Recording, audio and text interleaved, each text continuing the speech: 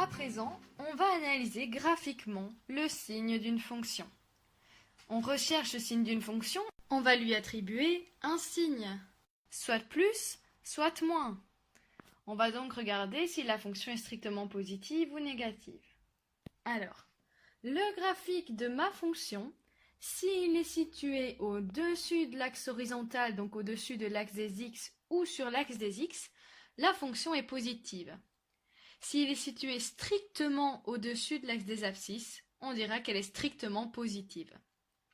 Si par contre le graphique est pile poil sur l'axe des x, alors les images des x sont 0, eh bien la fonction est nulle. Une fois que je passe en dessous de l'axe horizontal, ou que je suis sur l'axe horizontal, la fonction est négative. Si son graphique par contre est strictement en dessous de l'axe des x, alors la fonction est strictement négative. Alors, cette manière de faire, c'est pour justement voir si ma fonction elle est strictement négative ou strictement positive. Elle se trouve en dessous ou au-dessus de l'axe des x. Alors, on va aussi devoir lire le graphique de gauche à droite, mais pour voir quels intervalles sont concernés par ces signes-là. Alors, ma fonction, eh bien, elle n'existe pas avant moins 7. Les x plus petits que moins 7 n'ont pas d'image. Donc le domaine de ma fonction commence en moins 7, première borne. Elle existe à partir de moins 7 et ce, jusque 13. Les x plus grands que 13 n'ont pas d'image. Le domaine de ma fonction est donc moins 7, 13. Donc, à partir de moins 7, le graphique de ma fonction se trouve en dessous de l'axe horizontal de l'axe des x. Il se trouve en dessous, et ce, jusqu'au point d'abscisse 3. Après ce point d'abscisse 3, le graphique se trouve au-dessus de l'axe horizontal, au-dessus de l'axe des x, et ce, jusqu'au point d'abscisse 11. Après ce point d'abscisse 11, il se retrouve en dessous. Donc 3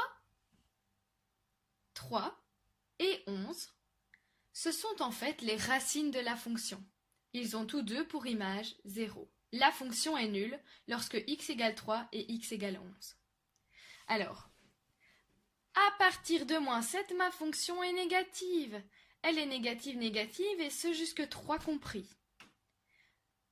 Par contre, de moins 7 à 3 non compris, ma fonction est strictement négative, parce que 3 pour image 0. Donc non compris, elle est strictement négative de moins 7 à 3 non compris.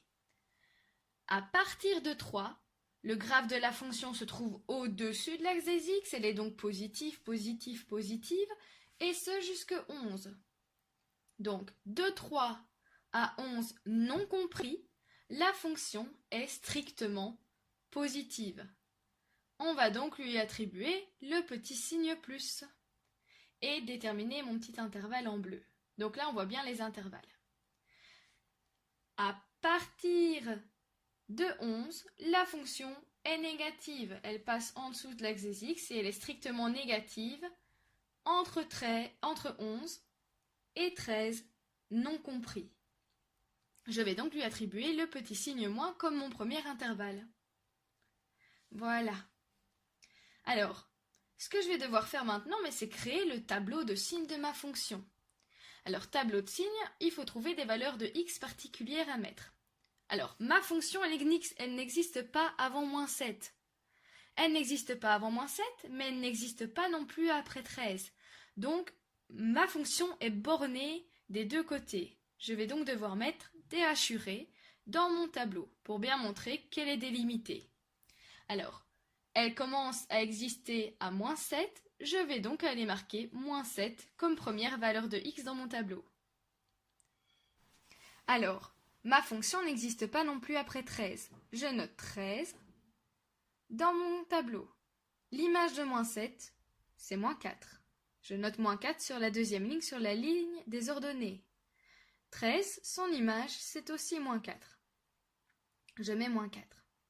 Alors, je vais regarder où ma fonction change de signe.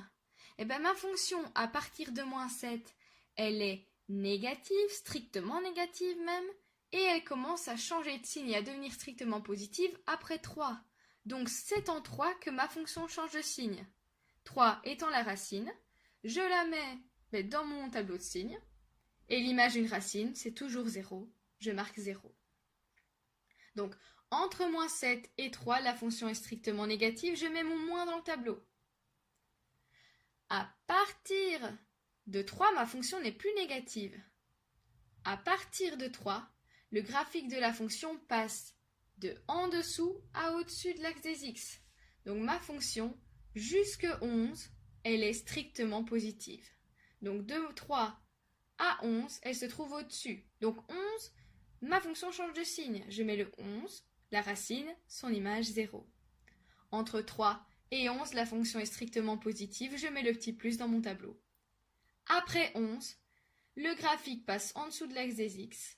Alors, la fonction devient strictement négative, et ce jusque 13. Ce que vous venez de faire là, ce que l'on vient de faire là, c'est en fait le tableau de signes de la fonction. Je mets les x particuliers, leur image et leur signe.